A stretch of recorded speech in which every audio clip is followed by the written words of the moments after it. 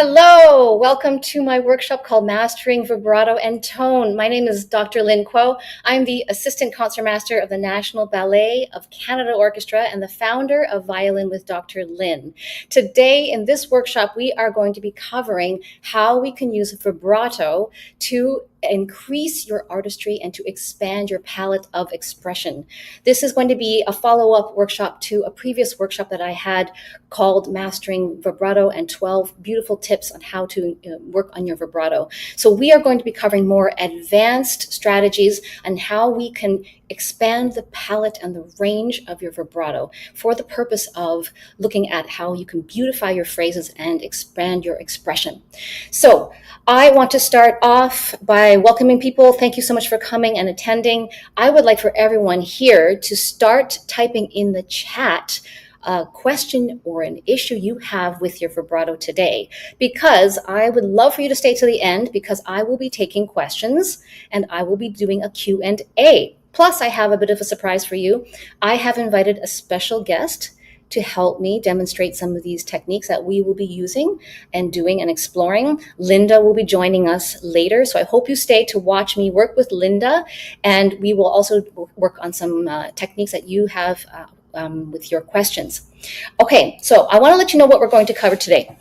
We're going to find out what audition committees will be listening for in your basic sound. So being able to demonstrate the wide palette of your sound. We also want to know the number one vibrato habit that dulls your expression and your sound. We also want to know how we can have one quick tip to make your vibrato relaxed and beautiful and supple.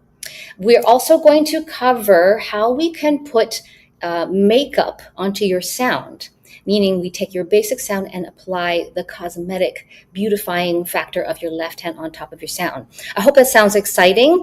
I can't wait to see your questions. Now, before I forget, there is a free handout on vibrato that I have for everybody, and it is here. We can find it at violinwithdrlynn.com/vibrato-guide.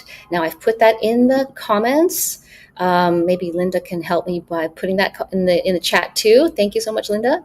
Okay, so I see a couple of questions in here. This is going to be great.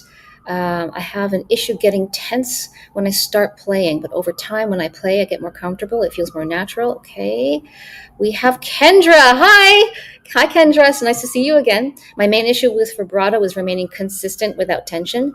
That's a very common issue. Sarah. Hi, Sarah. I've worked on continuous vibrato from finger to finger, but find it difficult. I struggle to actually start a note with vibrato immediately or keep the vibrato going through a multi-note passage. We will definitely look at that. Tori's ministry channel. How do I vibrate in the higher positions? I'm definitely going to be going to cover that because I hear that comment a lot. Hi, David. Okay. Oh, what you mean is what I mean once I do vibrato in the higher positions, such as the 9th to 11th. Okay, so really high. Okay, so this is good. Let's start with talking about perhaps the number one mistake I hear in vibrato when I'm coaching my students. And this is using one type of vibrato for all your music or all phrases or even inside one phrase. So let's take a phrase. Okay, so let's take, let's see, this is Joseph Akron's Hebrew melody. For example, if I'm using one type of vibrato, let's try just a generic.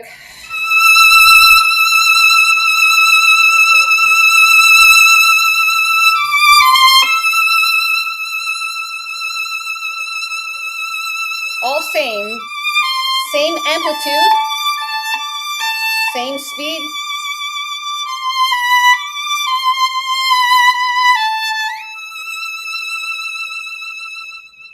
Okay, I tried my best to keep it consistent. Now, it's not bad.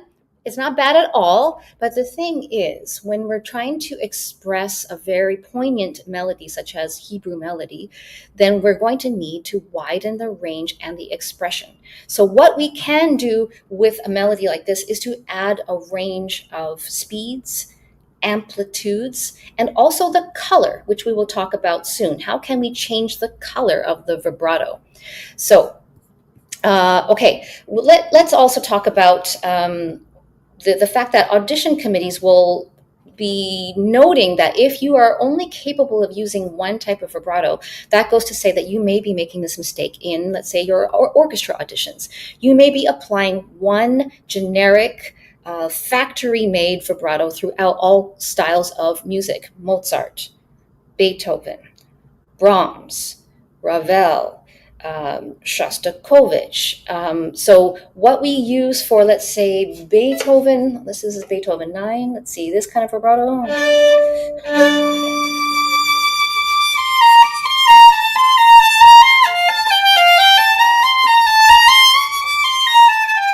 There's not a lot of opportunities to vibrate, but the vibrato that I choose for the opening, this one, will be very, very different from an excerpt such as, let's say, Brahms. Let's say Brahms for third movement.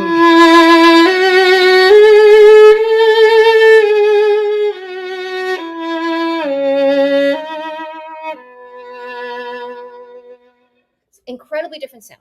Okay, so if you're applying this kind of rich vibrato to the beginning of Beethoven 9,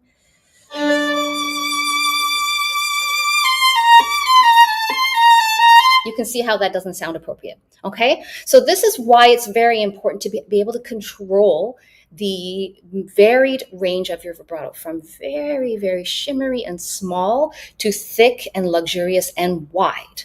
Okay, so this is great. I see a bunch of questions coming in. This is great. I will get to your questions. And if I forget, please type them again later in the chat. So stay till the end. Okay, great. Oh, hey, Chris. Chris deserves a shout out. Chris was in my VIP coaching program. Back for round 2. Glad to see it. Oh, okay. So does that make sense to everybody that when you're taking an audition, they really want to see how versatile you are as an artist, okay? Meaning that, can you create a sound that is delicate? Can you create a sound that is rich? Does that make sense? If that makes sense, maybe type a Y in the chat for yes. That makes sense to me, and this is what I want to work on today, okay? Do me a favor and show me that you're participating. Yes, thank you so much, Linda. Okay, that's the first yes. I like audience participation. So the people who get our audience participation trophies, I will thank you so much, and I will appreciate that. Oh, I see some familiar faces. Hi, Ramlin. Hi, Kevin. Nice to see you again. Oh, there you are. There's Kevin. Okay, cool. Awesome. Yay, Pablo, Tiff, Rebecca. Yes, thank you so much, Ramelin. Rhonda, nice to see you. Raymond, okay, fantastic. Okay. Oh, how do I unpin? There we go. Okay. So I would like to take a look at how do we begin to vary the range of our vibrato. So we can talk first perhaps of how we can go from narrow to wide. I know we're going to talk about finger to wrist to arm. I know all of you have that question. Many people do. So first, though, let's talk about just how do we get a generic vibrato to get narrower or a generic vibrato to get wider. My favorite tip is something that I actually found through watching a YouTube video from Susanna Klein, Professor Susanna Klein, and I thought it was a brilliant video. So looking at the hand, we are going to look at... Oh my gosh, Chris, thank you so much. Did I make a mistake again? Chris is always catching me. Brahms 4, second movement, not third. Did I? Yes. Oh my gosh, I have this mental block. That Chris is great. He keeps correcting me when I make a mistake. Okay, Brahms 4, second movement. Did I say third? I did, didn't I? Okay, so let's take a look at a vibrato. Let's say in third position. Okay, so here we go. This is sort of an arm vibrato. Okay. Or I can do wrist. We're going to talk about that more in a second. But how do we get this to be narrower? Or actually, let's start with going wider. The best tip that came from Susanna Klein is that you're going to start relaxing the hand, opening out the hand so you feel like it's a flower blooming. Like this. So when you get that flower to bloom, I'm able to get such a wide oscillation, it becomes actually too wide. So this is how I can get something to be very, very wide. just opening out the hand, and it feels like a sensation where you're opening right across the inside of your palm. Okay, so everybody just be observant about what it feels like to be inside your palm, and like a rose, you're going to relax that rose and let it bloom. So from here, any finger you like. 1. So my hand is blooming like a rose. You're going to notice how relaxed that feels and how much wider you can get. Moving from finger to finger. You may try it with me. See, it's quite wide and slow. You can get it really slow. Okay, so if you have a vibrato that you would like to get a little bit more on the wider side of your amplitude, try relaxing across the palm of the hand and letting it bloom like a flower. Okay, someone do me a favor and type a rose or a flower emoji in the chat. So if you're following me, quick, go. Flower emoji.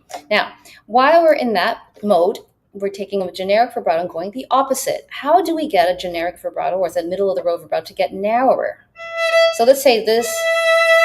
Where are my flower emojis? I don't see any flower emojis. Okay, so how do we get this tighter? So what we're going to do is do the opposite. Jake, you're the first one. Oh, oops, there's Jake. Thank you, Jake. You're the first one. Okay. Remelin, yes. Isis, thank you so much. Rhonda, Kendra, thank you. Okay, you're following along. Excellent. So when we take this wide and blossomed vibrato, when it's open, let's say I really, really want it open, so that I really open up the hand like this. Oh, Daniel gave me 2 flowers. Thank you. Calgary, thank you. Rebecca can't find the flower emoji. You're going to do the opposite too. To make your vibrato even narrower, if you want to adjust the amplitude narrower, you're going to do the opposite of blooming. You're going to go back to a tight rosebud. So if you want a narrower vibrato to get this expression tighter, so think a tiny, cute rosebud. There. Can you hear the difference in the sound? This is a very narrow amplitude. Now, again, as I said, if you want to deepen the amplitude and the, let's say, the width, start to open your flower. There, that's actually too wobbly and wide for me. So then I actually take this flower and bring it back to a rosebud until it's tight rosebud. Now, tight does not mean tight in the hand, okay? This is where we're going to segue into the next topic. Many of you will probably ask, what is the secret to making our vibrato loose? Because sometimes I get too tight. Trust me, I know exactly what that is all about, because I've had trouble with my vibrato being too tight as well. So here we come to my second favorite tip. When we're doing vibrato, to help loosen the hand and not accumulate tension in the hand, which sabotages your vibrato, we want to look at, can we all see what I'm doing? The thumb. Okay, this is the secret. The thumb is so important in left hand technique, and especially for vibrato. When we're vibrating, I want to show you a tight left hand. I'm going to squeeze this left hand. So I'm going to vibrate normally and squeeze my left hand. You can try it with me. I'm going to squeeze. Now I'm going to try to vibrate. I'm squeezing. There. Let me try this closer to the camera. Squeeze. I'm going to try to vibrate. I'm trying. So you can see that I'm actually wiggling where I possibly can. And so this is starting to become, this wiggle is starting to wiggle down here rather than here. The vibrato needs to come from the oscillation of the finger on the string, which changes the pitch. But when people are too tight because of, let's say, tension inside the palm or a tight thumb that grips, then the only place for a wiggle to happen could be here in the wrist where it buckles, okay, in and out. And so this is one of the mistakes I have in a video I have on YouTube called Top 5 Vibrato Mistakes. So people will do what I call the weird wiggle, okay? Does that make sense, okay? Has anyone seen my weird wiggle tutorial? If you have, maybe type a yes. I've seen it, Lynn. So does that make sense? To fix this problem, we definitely want to remind ourselves of that thumb. So when you're vibrating, I want you to think that this thumb, there's a muscle here. I believe it's called the thenar muscle here, okay? If you're doing a hand massage, this feels nice. This muscle here is really important for vibrato, actually. So we want this muscle to feel like it's raw chicken, okay? Imagine that, raw chicken. Whoever puts a chicken emoji first, I will give you a small prize. Okay. So raw chicken breast. You want that to feel like raw chicken breast and not frozen chicken breast. You can try that for yourself. If you imagine frozen chicken breast thumb, frozen, and try to vibrate. Now thaw out that chicken breast. There, I'm able to get quite a lot. Chicken, yes, I see some chickens. Thank you so much. Pollo, pollo. Okay, there we go, Rhonda. Okay, I like that rooster. Thank you. Walk, walk, walk. I got a chicken drumstick. Thank you. Okay, good. I got some cockadoodle-doos here. Fantastic. David's got a whole cock. Okay, thank you so much. Great. Okay, perfect. So we have that the tips of rosebud, blossoming, hand across the hand relaxed, and then we have the thumb. Okay, so now we have the technique to help you deliver the wider range of vibrato. I hope that makes sense and gives you an idea of how we can do this. Yes, Terry, pollo, pollo. Okay, so this is going to be your raw tools to help you deepen your range for pieces. Now, the other thing I want to add to your toolbox is getting a different let's say color. And I mentioned this before. How we get different colors is if we consider the amount of flesh or surface area of your finger that comes into contact with the fingerboard. What do I mean by that? Typically, we are taught to play on the tips of our fingers. We're good students and we're taught to play on the tip, tip, tip, tip with arches in our fingers. Now that's excellent left hand technique. So this is a great start. I'm on the tip. Okay, let me go into third position. Okay, so you can see that there's a nice knuckle here, and a knuckle there. And okay, let's do the fourth finger too. A knuckle, oh, there, wait, let me hide that. There, knuckle there. Now, if you take a look at or listen of the sound that I get, okay, this is fine. Now, you see how I've created a flatter surface area on the finger, meaning more flesh, meaning that this tone color will change. Listen to this tip versus more flesh. You can see that I've given the finger a little bit more flat flesh. One more time, the difference versus. Does everyone hear the difference? Yeah? Maybe type a yes for me. Yes, I hear a difference. Okay, so now we're coming to the variable of flesh. I don't want to use the word flat. I could use the word flat. Thank you, Carolyn. You hear it. Thank you so much. So Rebecca hears it too. Raymond hears it as well. Good. So now you have another tool for you to change the variety of colors you're getting out of your vibrato. So we have the tips of the fingers. Now, if you want to play, let's say on the G string. Let's say Sibelius Violin Concerto. I'm going to play on the tips of my fingers. Tips. I'll show you from this angle.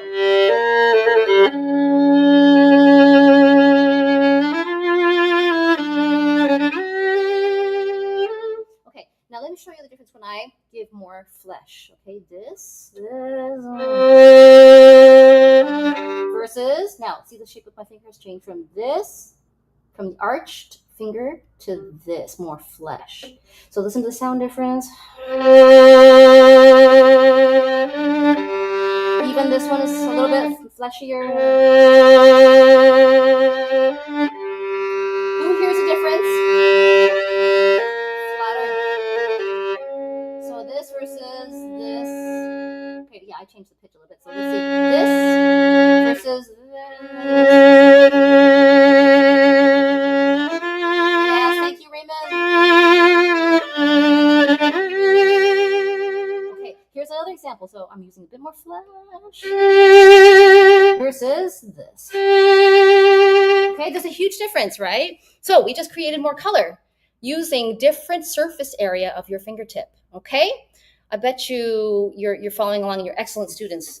I will need help from one of you to maybe type all these little notes down. Who's taking notes? And if you are, maybe help the others and put them in the chat. Okay, so we've gotten a couple of tips. All right, Carolyn says, yay. Okay, excellent. Okay, I think I need to add one more trick to the vibrato tonal palette toolbox. Okay. Yes, thank you, Terry. Yes, flatter fingers lend a more shimmery tone to the vibrato to my ears. Okay, that's interesting how you use the word shimmery. Shimmery, that's interesting because I hear it, yeah, right, a spinning. And shimmery for me means narrower amplitude. Here, let me show you what I mean. So a vibrato that has an amplitude of, let's say this, but if I speed up the speed and narrower the amplitude of this becomes this. Maybe that's not shimmery, that's more kind of nervous sounding. This is a nervous sounding vibrato to me. Okay, let me try that for you. Let me show you what different types of vibrato when I narrow the amplitude. So using all the tricks that we talked about, rosebud, okay, expanding the rose or rosebud to a full bloom versus fingertip to flattened finger and thumb, okay? So let's go from, let's say, narrow on this Sibelius. So narrow, I'll try my best.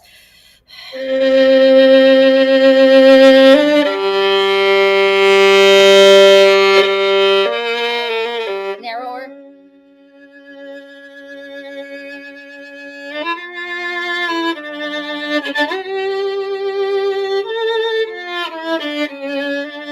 I'm trying to keep it as narrow as I possibly can. Just hear the color. To me, it's a very high-strung character. Now let's see the difference when I, let's say, use a flatter finger, add a little bit of raw chicken breast, and then open the flower. Okay, let's see what happens. Flatter finger, a little bit of oscillation that's wider like a bloomed flower, and raw chicken breast. Flat finger.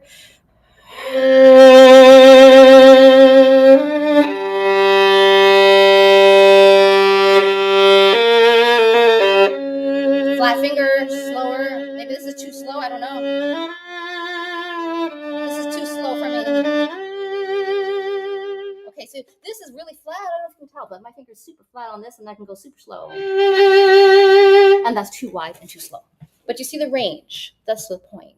You're capable of creating the range if you want. So cool, right? We can see the actual range of what you can create just by varying the surface area, the bloom on your width, and then the tension on the thumb. Okay, so I hope that makes sense.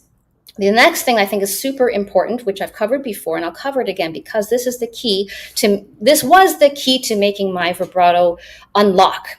Okay, so it is one of the vibrato exercises that I have on one of my YouTube channels, 7 best vibrato exercises. You'll be able to find that on my YouTube channel very easily. This is going to be the mobility and flexibility of the last knuckle of each finger. This knuckle, as you can see, is able to buckle or collapse, as I call, and this is what I call the knuckle collapse. Knuckle collapse. When you're able to collapse that knuckle, you're increasing the range of that joint mobility. And when you increase the joint mobility, you're going to get more supple sound. This is the best tip I've ever encountered for vibrato. Okay. Thank you so much, Terry. Great tips so far, and the emojis serve as a visual cue to remember the techniques, and fantastic. Okay, so let's take a look at what this knuckle collapse means for us. So let's start on the third position, which is nice and easy for vibrato. So let's take a look at, last time, let's see, I've covered third finger quite a bit. Let's try second finger today. So second finger, if we practice this knuckle collapse exercise, let me show you without the instrument, which you can practice without the instrument. So you're literally going to touch the thumb to the fingertip and just allow that knuckle to collapse. This is just increasing the range. This is not a vibrato mechanism. This is just an exercise, a mobility exercise to allow vibrato to reach a range of suppleness, if that makes sense. You don't vibrate this way, okay? No one vibrates this way. I'm going to make sure everyone understands. No one vibrates this way. This is an exercise, okay? It's like, please stretch so you can develop your flexibility, okay? For example, yoga, you practice yoga, but in daily life, you don't do yoga poses, if that makes sense. You practice yoga poses to increase your flexibility and suppleness as a human being. So these are your yoga exercises for violin playing. Okay, if that makes sense? All right, who wants to put a yoga emoji in the chat? Okay, so who's the first one to put a yoga emoji? So now we take your yoga exercises, we apply them on the instrument. So now I have your normal, excellent model finger with a nice knuckle. Now, this is just an exercise. This is not vibrato. You allow the exercise is going to be to collapse the knuckle. I call this a knuckle collapse. Yes, Calgary, thank you so much. You're the first. Oh, no, you're the first. You're the first. It keeps sticking up here. Okay, thank you. Okay, excellent. All right, so this is an exercise to develop your knuckle flexibility. And I practice this myself because it's super helpful. It has definitely changed my sound. Now let's go to another finger. First finger. Oh, this one's harder, but I'm going to practice it anyway. And I can tell right now, I don't know if anyone's noticing my thumb, but I can tell my thumb is trying to become frozen hard chicken thumb. So I'm going to soften it. There. Does anyone see the difference? There's hard. I don't know if you can tell. I'm squeezing now. There. I'm squeezing my thumb. Oh, now I can't even do the exercise. So I'm going to unsqueeze my thumb. There. Yeah, you do need a bit of counter pressure. I'm not going to lie. You do need a little bit of counter pressure from the thumb. I hope you're trying this with me. Okay, let's go to a third finger.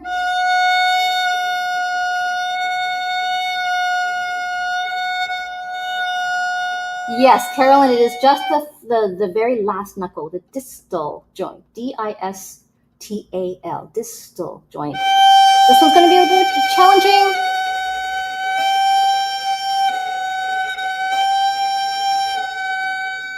Just an exercise, right? This is just an exercise. Now, let's look at the result. You're welcome, Carolyn. Let's look at the result of after I practice my yoga exercises for my fingers, okay? So let me show you the angle again, this side. I have to do a yoga contortion too, just to show you this angle. I'm doing a back bend and a twist. Okay, so if I had a very stiff knuckle here, okay, you see how there's very little movement? I'm squeezing too. Squeeze. Okay, so now I can see the weird wiggle happening because I'm squeezing. So if I had let's see, how do I show this without twisting myself too much? I'll try the D string so I can reach over here so you can see my fingers. Now, I want you to see that when I pull the arm actually away, you see that yoga exercise that we did for the joint? It is able to move. Imagine if that joint was locked like a robot. Can't move it.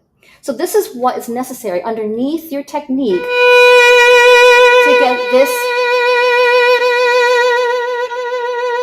Here the sound has evolved, right? So we go from this to this, because I can get from here to all the way to there and back if I want it.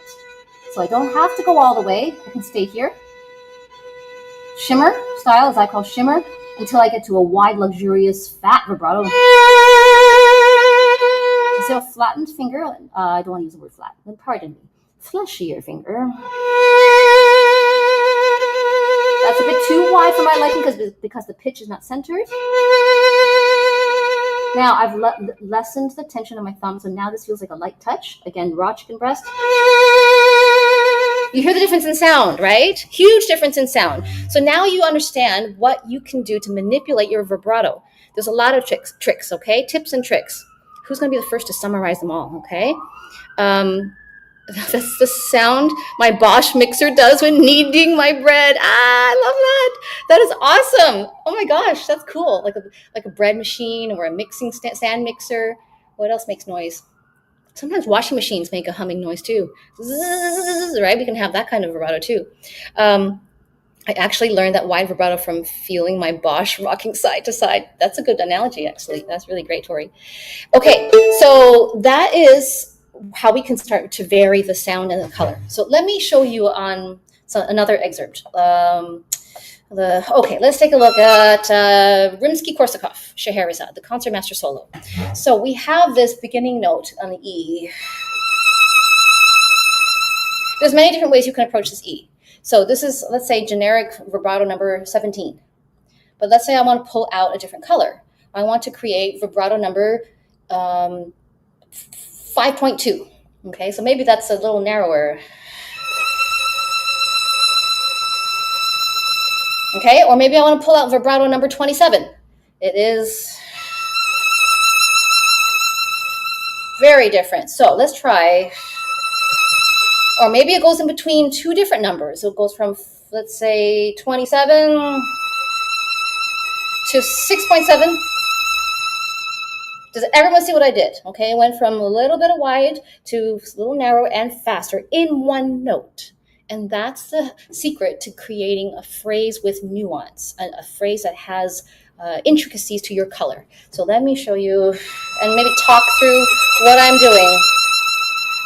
At the end of this bow, you can see that my bow slows down. Okay, look at the speed one more time. One bow speed, and it begins to slow down. But as the bow slows down, you'll notice that my vibrato does what? It starts to pick up speed. And that's a type of color that I love to make.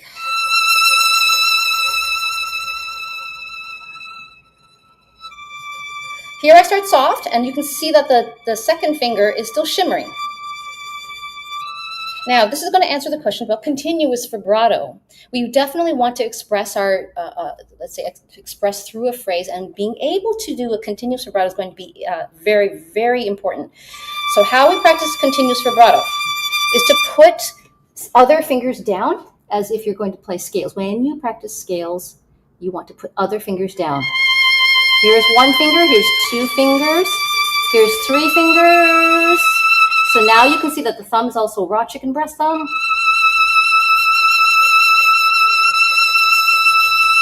Okay. So I can go between D and E while still, watch this oscillation here. It's still going, isn't it? And this is how we can keep the vibrato continuous and no stopping. You see how it stops and goes, stops and goes? We do not want that. We want to try it to be continuous. So we practice the knuckle to be flexible, your yoga exercises to keep that supple. Let me show you slowly. All three knuckles are showing the yoga exercises that I've done. See? So you see that? There's me practicing my exercises so that when I do it for real, all three fingers are ready. See, there they go. You can see them still vibrating. And here as well, see, I'm still vibrating continuously. Here too, in the shift, the vibrato doesn't stop, and the thumb is light. Here, now let's take a look at what's happening in the fourth finger. Okay, so now we get to the topic of fourth finger vibrato. I know you all want that question answered. So here's a vibrato tip for fourth finger. I like to use that fleshier technique on the fourth finger. Why? My finger is on the tip, with the fourth finger on the tip. I do not like the sound. Here's that nice classic arch that we're taught to do. If you're a good student, you've been taught this. Okay? But I think it sounds a bit too piercing and too narrow. Now, if we listen to the difference, when I use more flesh, as you can see, so I'm trying to vibrate by closing the arm, opening the arm. Sorry, this is being covered. I'm going to close from the elbow, open from the elbow, close from the elbow. Watch the fourth finger. You see how it looks straight? So I'm breaking some rules. Remember I said the yoga exercise was this? But at this point, I'm breaking the rule, okay? I know, there's rules, and we break them sometimes. Okay, so we're breaking this rule, at least for this note. So I have fleshier finger, that I have not broken, that rule I've not broken. But I have broken the rule of being flexible in this joint for now.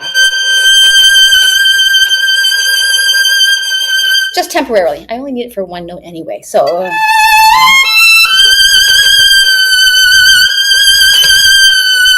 I hope you like that sound better, because I think it sounds richer. Instead of, everyone hear the difference? Yeah?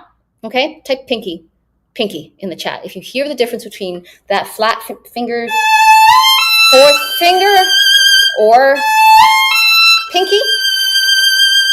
Yeah? There's a huge difference in my ear, so that's why I've done that. Now, you're going to come across different pedagogues, different teachers, different coaches, different colleagues, different friends who play differently than you do. I'm just showing you the way that I do it because it works for me. Do not take this and say, this is going to fit for me. I want you to see it as, this is my favorite analogy. If you and I go shopping for a pair of jeans, the jeans that you wear might not look good on me. I'm a small girl. I'm a really small person. Yes, thank you. Isis, Pinky, thank you. And likewise, the jeans that are going to fit me, my frame, I'm small, might not look great on you. Okay? So take this with a grain of salt and common sense and your intelligence. Will that technique work for me? Try it. And you can go tell someone else about it, sure, but you can be smart about it and know that this is not fast, hard rule. It is something that has worked for me because I think it sounds better. Okay, does that answer your questions about fourth finger vibrato? For me, it works to go flatter. All right, but try it on your own and go look at other sources of information. Okay, so with that, we have some examples. So I'm soon going to bring on Linda. Linda's warming up in the back, and I hope Linda's getting ready and warmed up. So we're going to work on some repertoire, but I'm going to show you again what exactly I'm doing. Let's see, from top to bottom here. Now, the rule here for long notes is that we do not want to sound like a boring robot. Oh, I appreciate that so much, Isis. You are awesome. Thank you so much, Lynn. Oh, thank you, Isis. Mwah. Okay, so here's another great rule to expand your expression using vibrato. Using your ear, we can apply a general guideline. I don't want to say rule, but it's a guideline that whenever you have a long note, it's not going to stay flat. This is a flat note.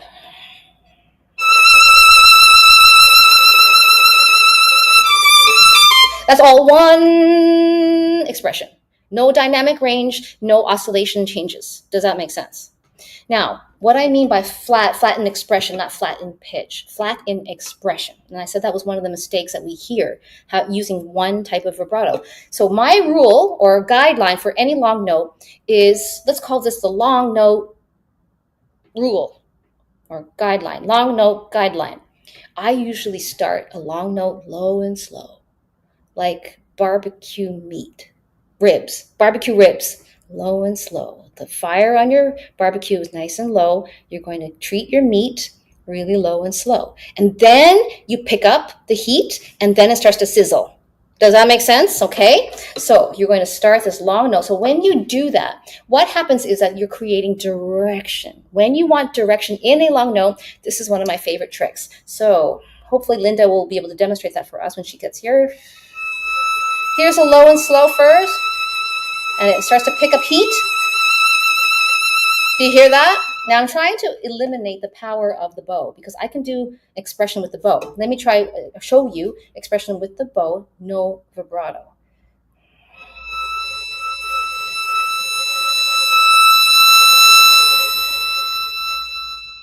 There's a nuance just with bow. But if I want to add vibrato, this is what I meant by adding vibrato as your makeup. So when you have makeup put on a face, you can start to make the face sparkle a little bit, right? For the camera or the video camera or whatever, okay? So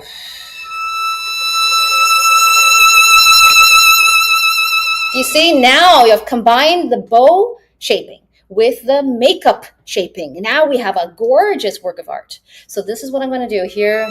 Slow and slow, and I want this to grow. The intensity of the vibrato keeps going until it's sizzling. Continuous vibrato. Flat finger, flush your finger. Low and slow. Here's another long note because I want this to keep going. Did everyone notice how I increased it at the very end of the note? Here? There. It gets on fire here, right? It's a hot and sizzling. There's hot and sizzling right there. Continuous vibrato here. There's no vibrato there, right? This is a long note, so low and slow first because I want to continue the phrase. Now, low and slow going into sizzling works for long notes that you want to create direction forward. Like I said, it's not a rule. It's a guideline for when you want to create long phrases. You can also have a long note that dies. It dies like this. So then the vibrato slows down. Does that make sense? So you're using different speeds for different contexts. So let me continue.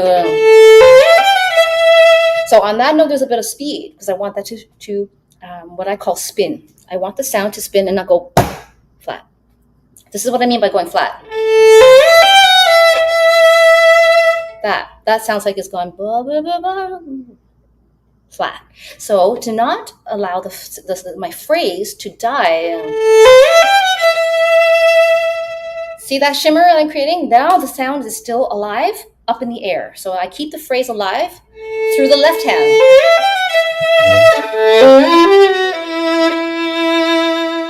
There's a shimmer, keeping that phrase alive. Now, this is a long note, but I'm not going low and slow, right? I'm going fast, and then maybe I'm going to go the opposite way. So this is a sign of, not a sign, this is a difference in the shaping that I want. There's fast sizzle, and then it goes down to a low and slow. Now, the bow is really quiet, but now you can see that the shimmer is still there. It's like the campfire. There's still embers, still a glow. Fire is still glowing. But the campfire is down to its last sparks. It doesn't want to die. Does that make sense? Now, so the bow is light, but the left hand is active. So you can hear the color that I'm making. Now, if I combine this bow pressure and speed with a low and let's say a wide,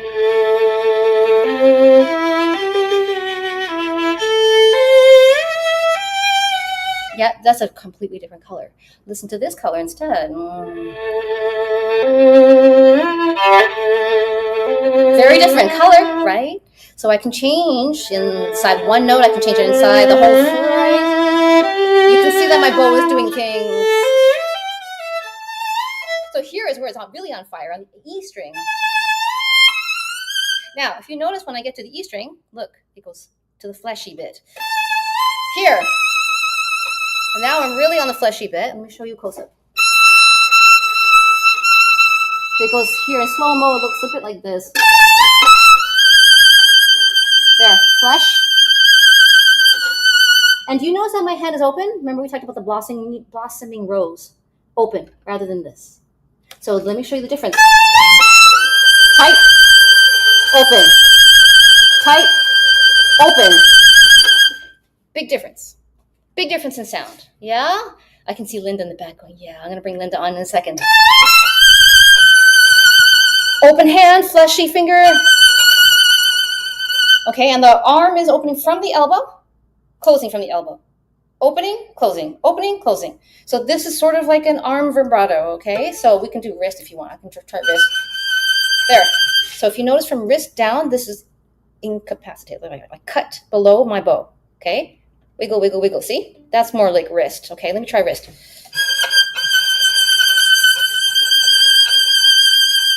Now, I think I can get more range if I allow this, instead of cutting off the rest, anything below my bow, I allow, there, below my bow, you see now going all the way down, boom, to here, to the elbow. This is now the whole thing. Actually, no, there's more. Below this, not below this, further from this is the humerus bone. So from the humerus bone, then we're attached to the glenohumeral joint through the shoulder blade. So when you vibrate, you want to make sure your entire arm structure is free. So when people talk about wrist vibrato, I mean, you can kind of like cut off your hand and just vibrate from here, right? But I like to think of your vibrato mechanism being free all the way back to your back.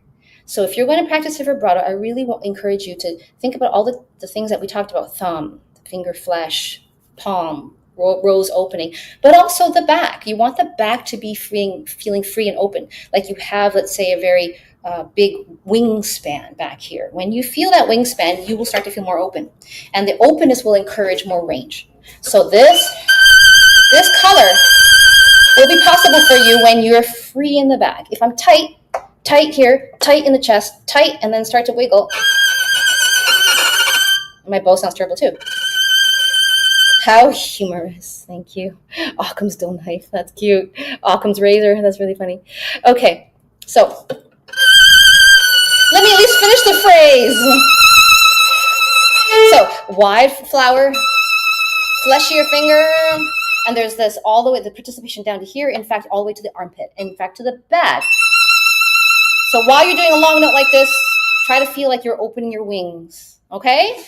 Hope I've given you some things to think about, because now I'm going to ask Linda to help me, okay? So I don't want to just show you the way I play. I want to see if we can help someone else. So I want to bring in Linda. Linda was a very special student in my VIP coaching program. And when she comes on, I would love for you to all give her lots of love. All right, because she's agreeing to come online, and it's very special for her to do this. Okay, ready? Linda, 1, 2, 3. Everybody say hi, Linda. Hi, Linda. Thank you so much for joining me. I really appreciate it. In your busy schedule. I did a gig last night, really late. Yeah. Thank you so much for helping me. So you wanted to work on something. What is it you want to work on? I know I told you maybe mostly, but now I'm thinking the meditation from Thais, because I feel like it's there's more like expressive parts and things in it that maybe I can play for you. Okay, Sure. thank you. Okay. So let's take a look. I'll just play a little, like maybe the first part, if that's all right. Sure.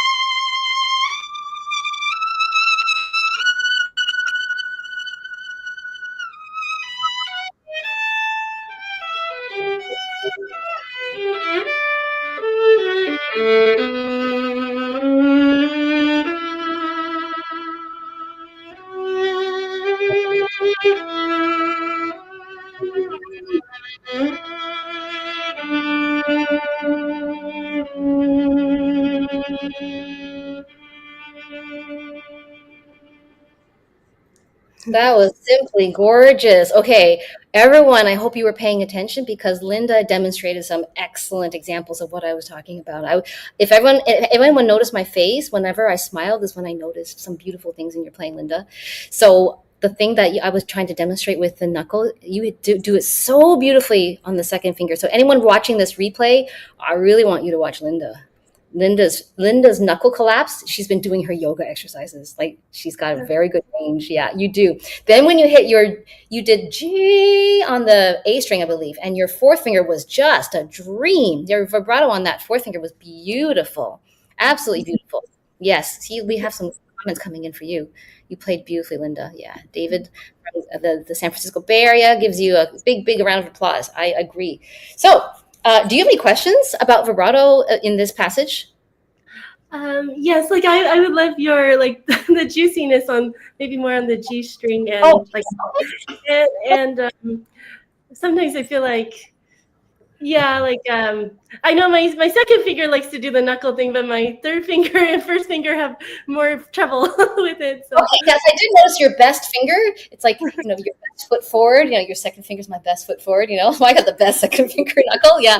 Okay. But I thought your G string was really rich. I thought so too. But if you really want to go for more, then sure, let's talk about that. My comment would be to actually vary inside long notes. We talked about low and slow on a long note. There's not too many. Oh, yes, there's some long notes. Okay, so something like this.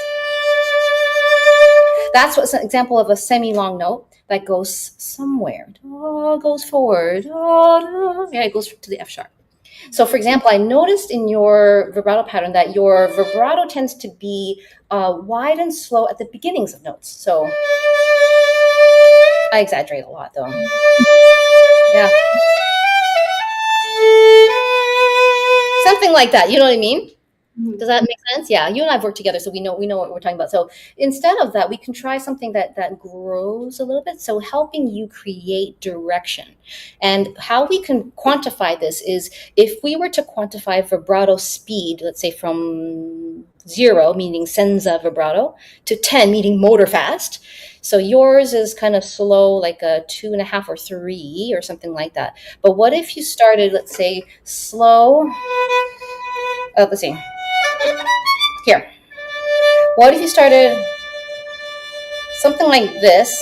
I don't know what number to give this.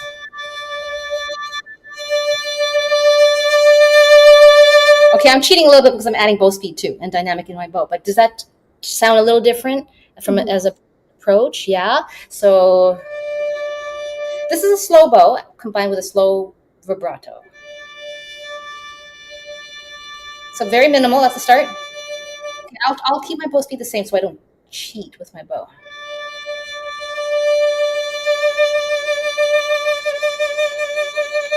You see what I'm doing? I'm actually varying it, yeah? So I'd like to challenge you in that direction. But before let's continue with this if you don't mind, and then we'll go to your G-string question, because I like your G-string vibrato. Do you mind if we try this first? Yeah. Okay, so let's try just this note. I'm trying to keep my bow speed exactly the same so that you can see what the power of the vibrato speed. You want to try? Yeah, show me like a little tiny, cute wiggle all the way to a wide, relaxed sound.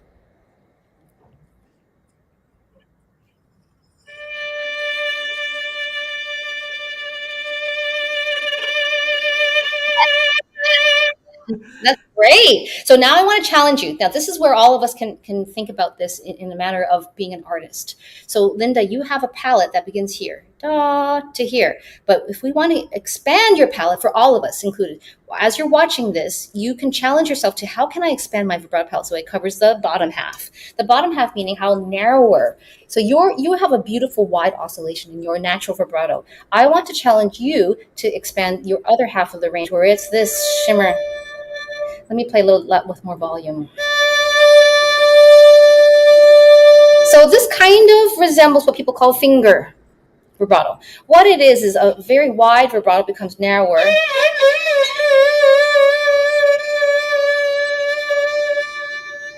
And as you get narrower in oscillation, it gets faster. So this is where I like to challenge you. So this is narrower, almost imperceptible, but there's something wiggling there. Almost like the natural vibrations of the planets in space. That kind of vibrato. You know what I mean? Yeah. We're in for that level, right? This kind of vibrato, because you have this down. You've got the tectonic plates, rumble, rumble, rumble, rumble kind of vibrato. But I wanted to challenge you. Can you get more intergalactic? Yeah? With your vibration? Yeah? Let's try.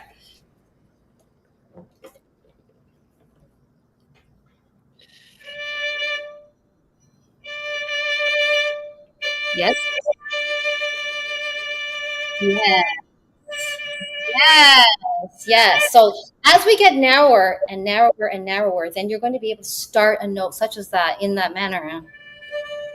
But let's try a tiny dynamic like pianissimo. Like this. Thank you, David. I love those galactical, because it can become that. See how that's too wide to start with? It sounds like a Chinese opera singer, kind of like that. I can say that in front of you, Linda. I know that. So you can start small, like a galactical vibration.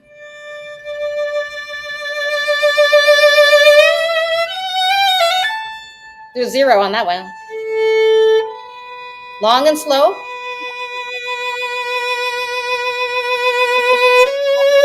That one's really zinging, right? Oh, that was a flat one? I mean, fleshy one? Flat? Fleshy? And that one has a lot of zing to it. Do you see all the different colors I'm trying? You want to try some of these? Let's start you low here. That one.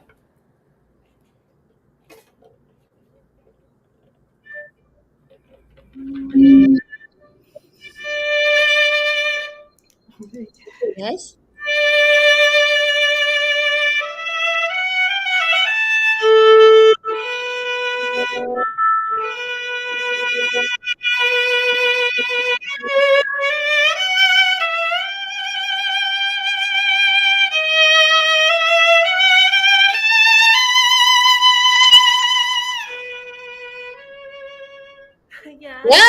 Yeah. So you definitely have your second finger as your best card, your best playing cards, like my ace. This is my best ace in my card deck, right? That's your best ace. I know. Try this color. So for all of you at home, I'm going to challenge Lynn to do this color, but I want to challenge all of you at home to do the same color. So your color is this color. Let's try this color. Very different, right? And if you wanted it, you could bring out that color. It's special violet at 18 in your color palette. Violet 18, here we go. Oh, maybe that's purple 17. I don't know what that is. That's even different, right? Or very different. You want to try? Yeah? Show me what color you... Yeah?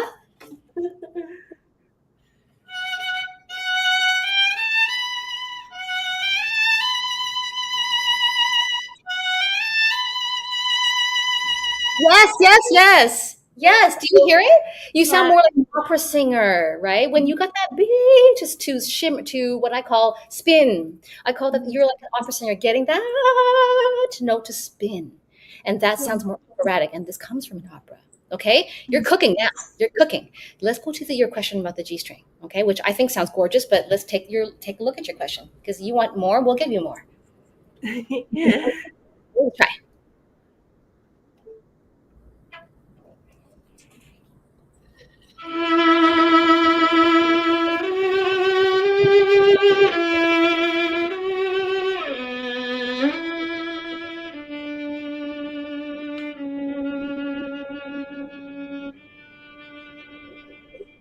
Okay, all right. So now we have, what color is this? I'm not sure. Blue something or other. Yeah?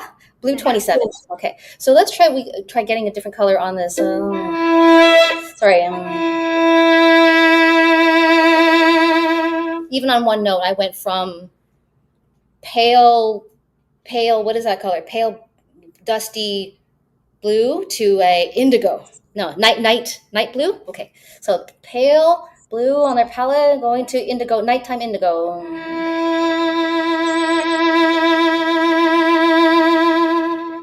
Do you hear the color change? Yeah. Try that color. Yeah? Yeah. Pause, because I heard you start immediately with indigo. I'm missing the pale blue, dusty blue. Try to get dusty first and see how that can expand into the darker color.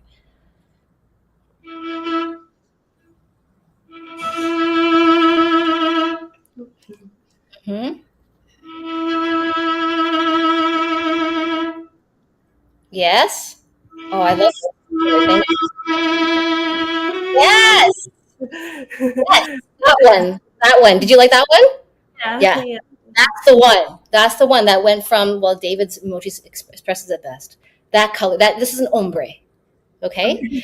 So when we talk about ombre for your hair, we're going from gradations of color from light to dark or dark to light. Yeah? And that's exactly what we're trying to get in our violin or as a musician. So you're going to go with this ombre effect. So your color palette tends to be on the darker side of the ombre. We want to start a little lighter for you. So I'm trying to not cheat by crescendoing in my bow too. Just showing this on my left hand. This, you see, it's so minimal. Want to try that one first? Just a little wiggle. You want to try that and show me that, just that color, and then we'll show a different color.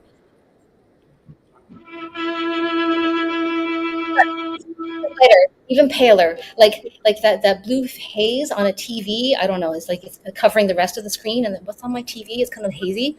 That kind of color.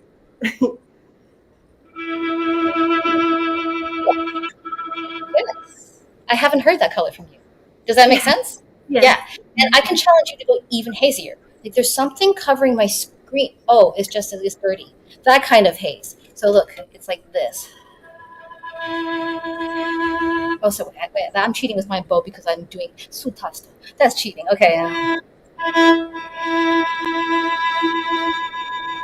My bow is slow, I know. Okay, let me do fast bow. And that produces, oh, there's the haze I wanted. Yeah? That's kind of cool color. Yeah, let's try that. Different colors. Yeah?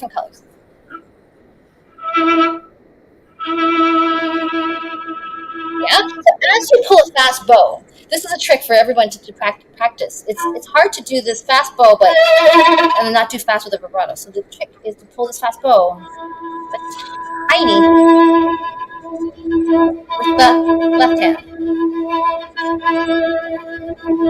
So you'll need that color in Debussy. Yeah, something like Debussy Sonata. There, that note is bluish. Here too on the Debussy Sonata. And here's a little bit more, let's say, burnt orange.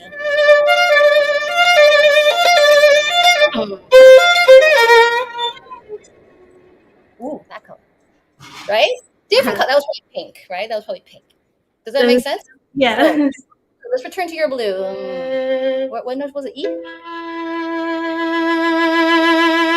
Yeah, let's try your E again, the blue.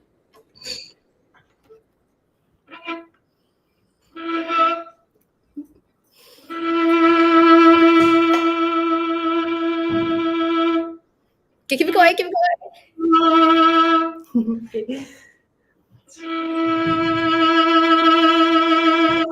That's the one. That's the one. That's it. That's what I mean by being able to create that palette. That's great. So when you play a phrase, you can use that. You just need to get more and more comfortable with doing that when you want it.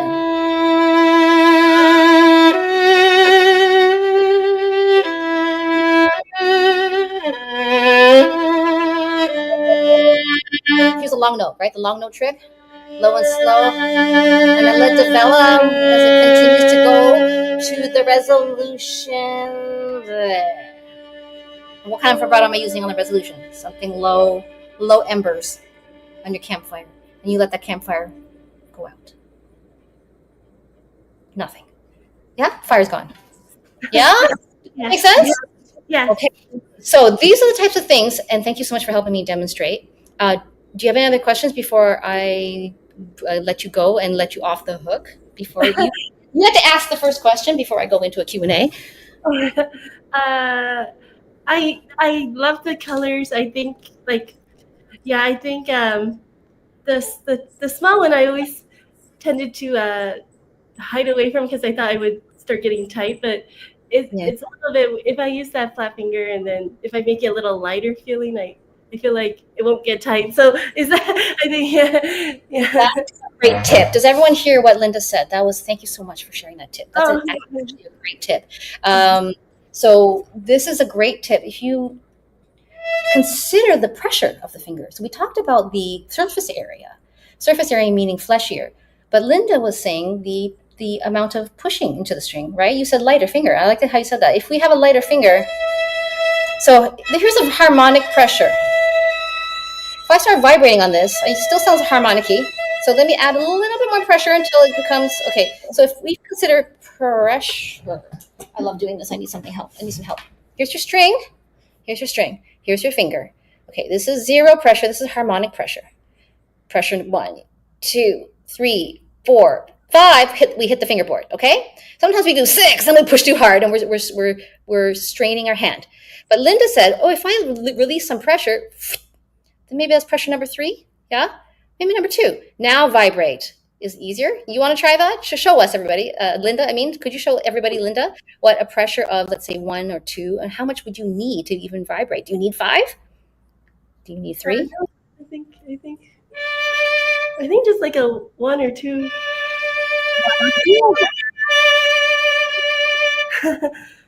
And that's going to answer the question that someone typed up earlier before. How do we vibrate on the 7th, 9th, 8th, and 11th positions? Up here, this is a harmonic. And I'm just going to add pressure of 1. This is harmonic, 0, 1.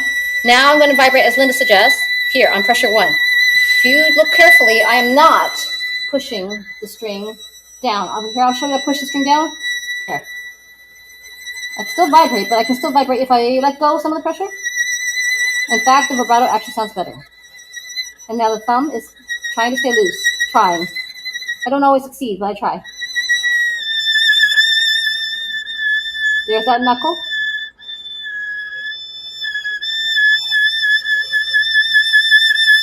The thumb is loose.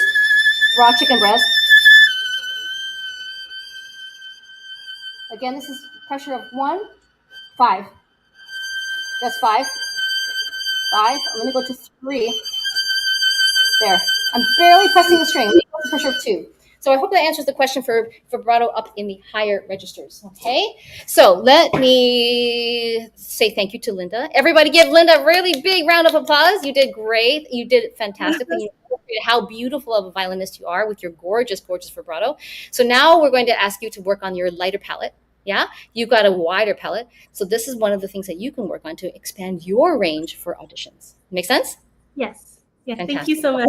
Yeah. Thank you. Great job. So before I go into your questions, I would like to take a pause, and I would like to ask you a very important question because I want you to be able to come out of this workshop taking away good tips. Okay? So let's do a quick review here. Question. Think about the answer to this question. What's your biggest takeaway? What is your biggest takeaway? Now, was it the thumb? Was it creating different colors? All right. Think about the answer and type it into the chat.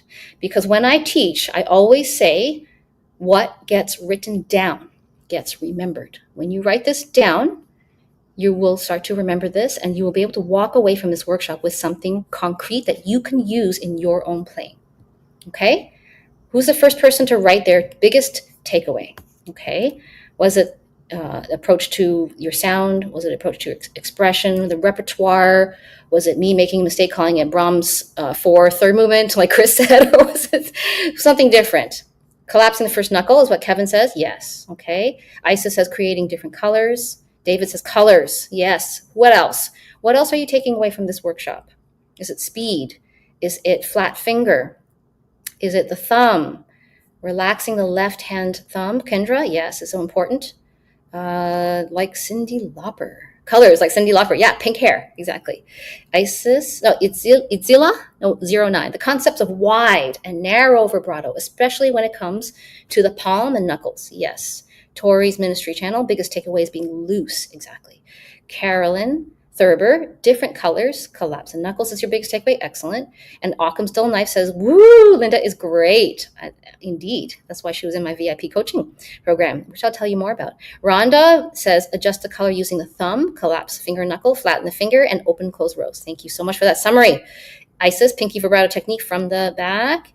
Let's see what here. Yazkin in Winnipeg, the different expression can generate with the flesh movement. Excellent. Good. I'm glad you're taking away some concrete things. Okay. So the question is, what would you like to go deeper on? Because when we talk about sound and tone, you'll notice that I was trying not to play differently with my bow. I was trying not to, but the bow is part of the equation. For sound, it definitely is. Remember what I said, vibrato is part of your makeup to your bass sound, okay? So we got bow control to think about. We do need to think about how you manipulate your bow. So that will indicate how you create sound and tone. It will also indicate how it plays along, how you coordinate it with your left hand. So we could also talk about your left hand in a future workshop. In fact, go ahead and type what you would like to see me do in a future workshop, okay? Is it spiccato? Is it sautier?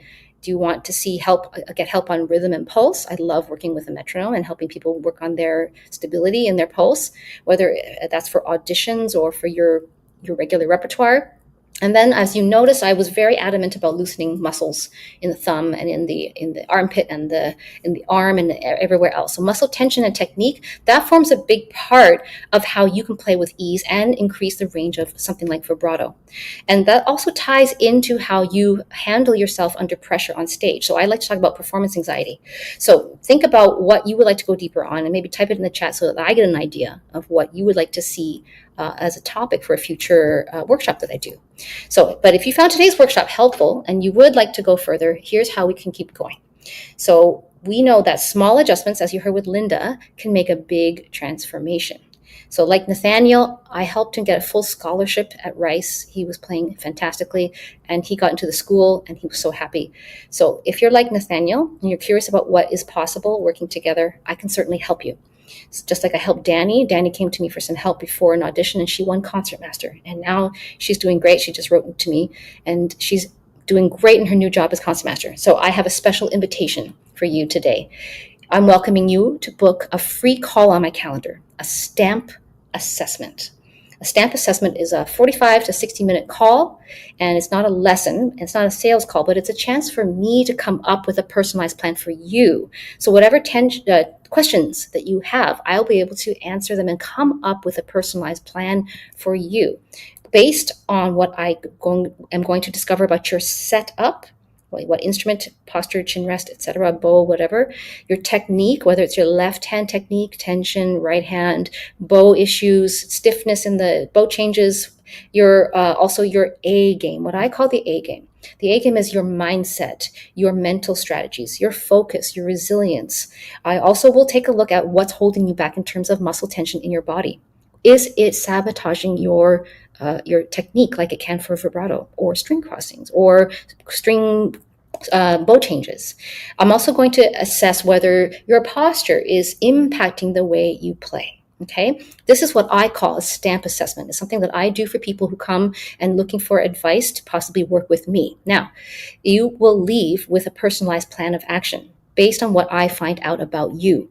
So that means you'll come out with the specific strategies that I recommend to help you further your technique and help you figure out how to expand your palette of expression, like I did with Linda. So you'll get my recommendations for your practice strategies, your posture, your mindset, muscle tension, etc. Now, if we feel like it's a good fit and you are about the level that I accept, I will accept you into my VIP coaching program. You will be able to work with me. Now, you might be wondering if this call is right for you. If you're a high-level violinist and you're very serious about progressing your levels, like Linda, then you are the right person that I would like to speak to. For instance, you are a professional. You want to level up your career. You are taking auditions, performing concerts or solos. Okay, so this is the type of person that I work with in my coaching program, like Luke, who teaches a full studio of students and freelances around the United States. And I helped him win 2 orchestra auditions. And he was really excited because the work that we did really helped him. So if you're accepted as a student in my program, I will personally take you through this plan. I will walk you step by step with the plan that I come up for you, and you and I will execute that plan together. I will be there side by side with you. You will join my Violin Ninja family. These are people who have won major auditions. They've played professionally. They teach students. They are in conservatories. They're doing doctorates. They're all over the world, as you can see. These are all the wonderful, talented musicians that I have helped all over the world.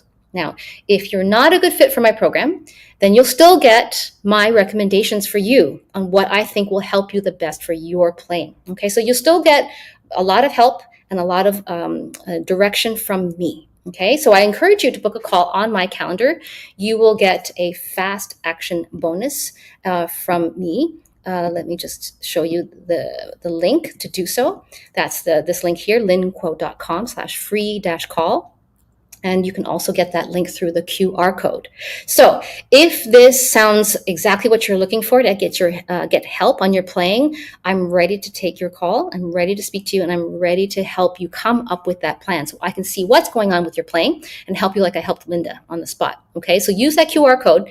Feel free to scan it. Stick around for the Q&A. I will be answering the questions. I'll scroll through the chat and answer as many questions as I can before we take off. So get that code. Let's see, do I have another slide? Yes, okay. So book this free call now. And for those of you who book a call within the first 24 hours of this workshop, I will include a free bonus coaching session. Okay, that will be my chance to give you some personal feedback and get you on the best possible direction. Okay, any questions about that, what you just heard? Please feel free to type that in the chat. I'll leave this QR code for a second here.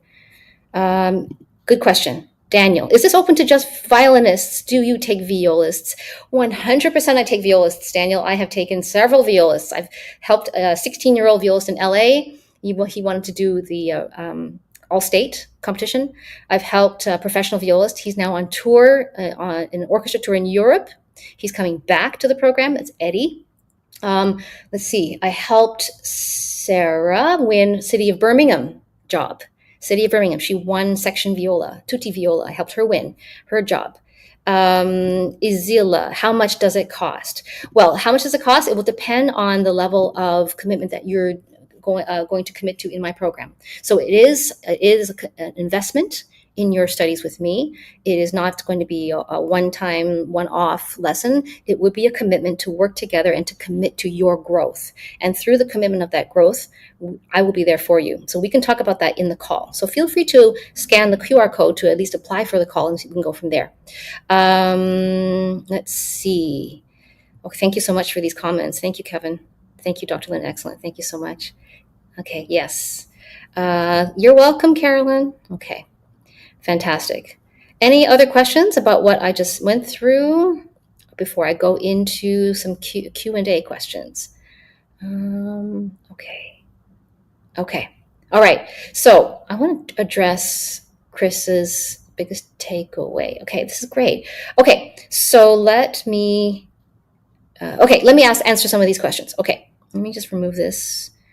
Share. Okay, let's get that code. All right. I think my biggest takeaway was considering starting with a lighter finger from the harmonic pressure of 0, 1, 2, 3, 4, 5, and being mindful of opening and closing from the elbow. Yeah. So let me clarify what that means. So when we're vibrating, when we think about vibrato versus wrist versus arm vibrato, I think of it as a continuum, meaning that there's no real hard stop between these three categories of vibrato. So even with a tiny oscillation in just what we call finger vibrato, let's say this one, what I consider as vibrato is being able to imagine that your finger from this knuckle goes all the way down at least to this elbow, bottom of this bone. Okay, now that's this bone here is the ulnar bone, radial bone, or ulnar bone. It's the bottom of that bone. So you want to think of that length throughout the whole arm down at least to here, if not going even further into the armpit, and then through the armpit to the shoulder blade. So that means you're going to release tension.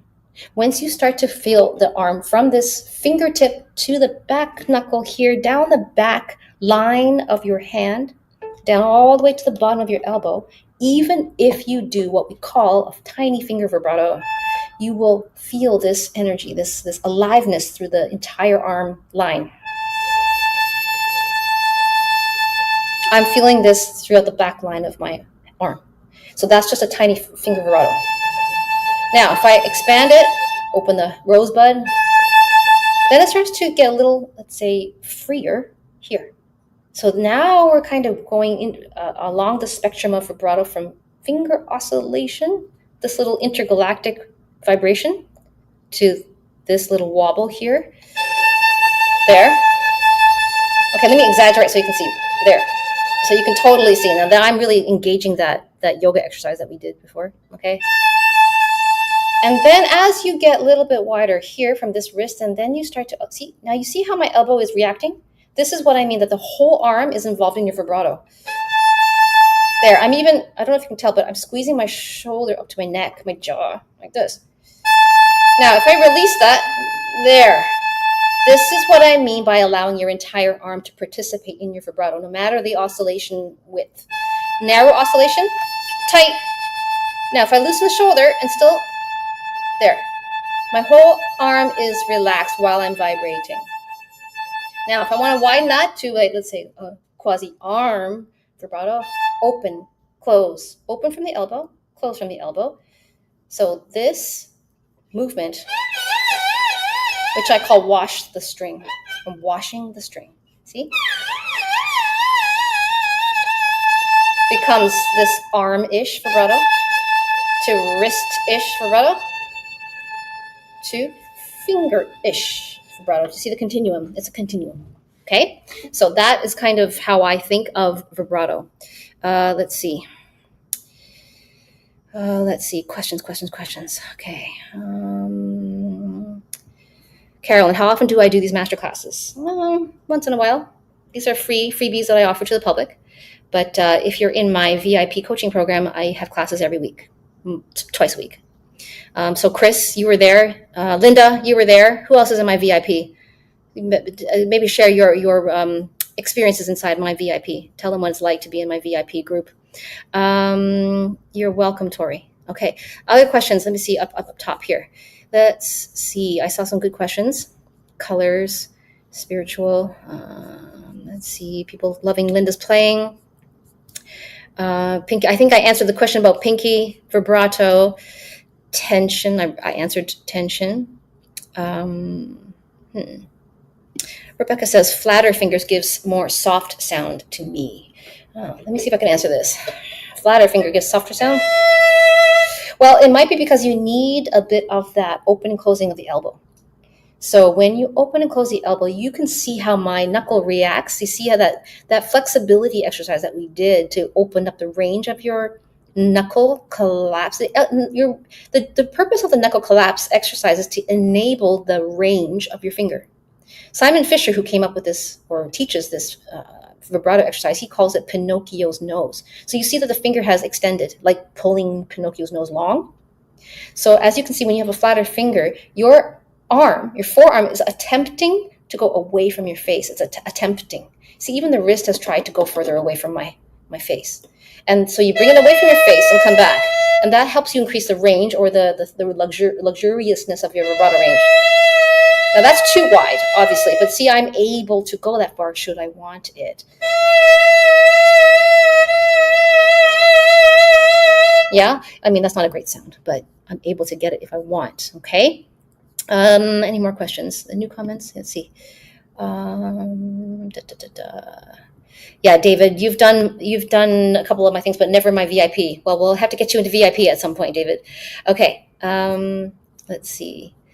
Linda says, thank you so much for your kind comments. Definitely recommend Dr. Lynn's VIP coaching program. She is fantastic, and it's a great opportunity to perform in front of others as well. That's what it is. That's what it's like. Linda knows. Okay, any other questions? Let's see. Right now, let's see. Questions. I saw questions at the top. Let me go to the top. Top. Unless you start typing them. How do you keep the vibrato going? Oh, where did that question go? Continuously through the bow changes without stopping, even momentarily at the change of bow at the tip or the frog. Okay. This is a good question. So this is going to take practice. It is kind of like practicing, go home and practice this and this. It's kind of like that. Oh, I just messed up my hair in the process. Okay. So when you're practicing continuous vibrato, you will have to add this cross training, like when I change the bow, can I do an oscillation with my left hand while doing something different with my right hand? Let me hide this comment so I make more room for myself. So this is an oscillation that I'm doing here.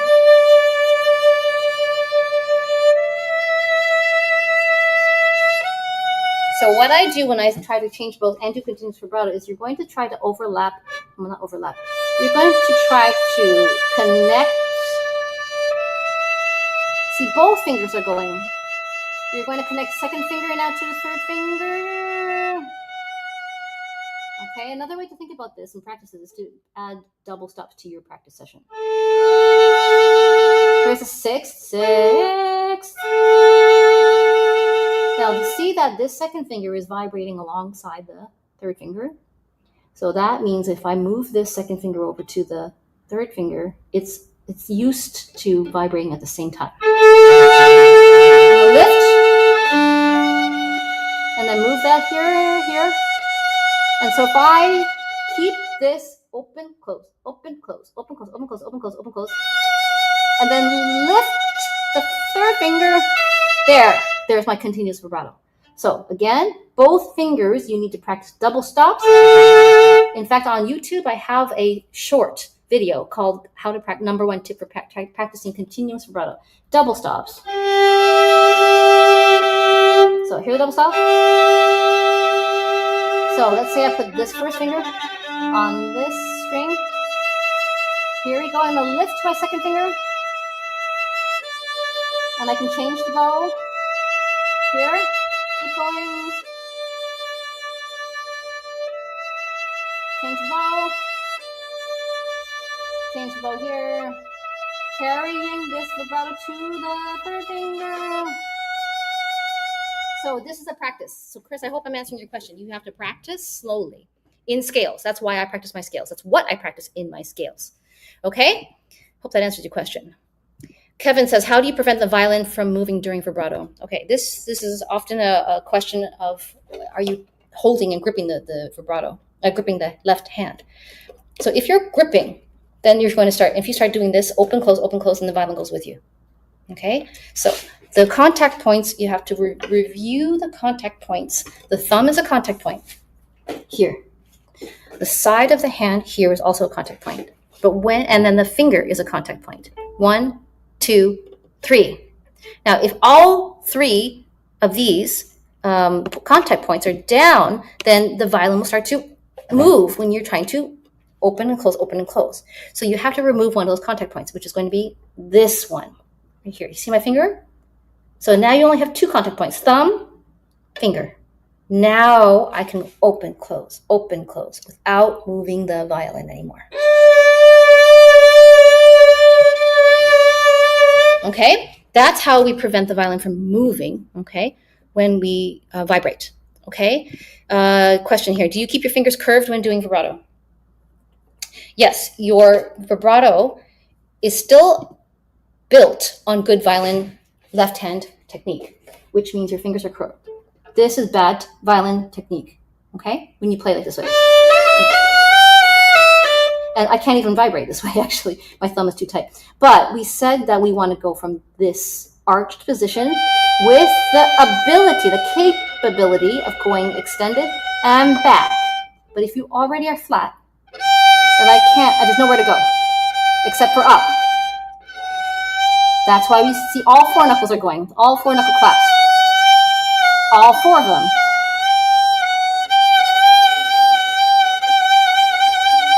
And I can do octaves. Make it in tune.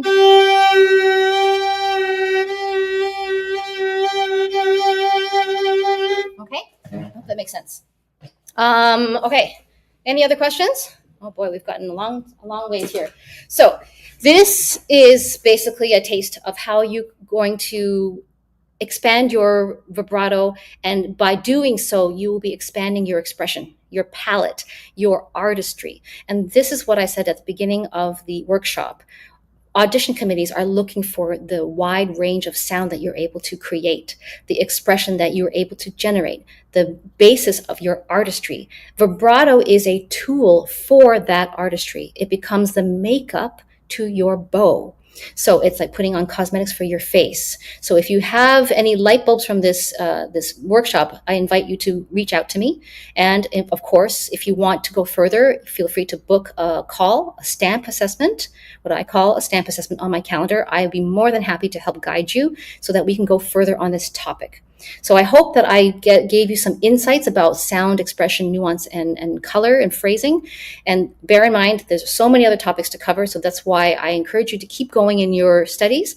Come speak to me, book a free call, and then we can talk about how we can progress for the next step. Thank you so much for attending. I wish you all a very fun journey in your violin studies. So take care, everybody, and I'll see you for the next workshop.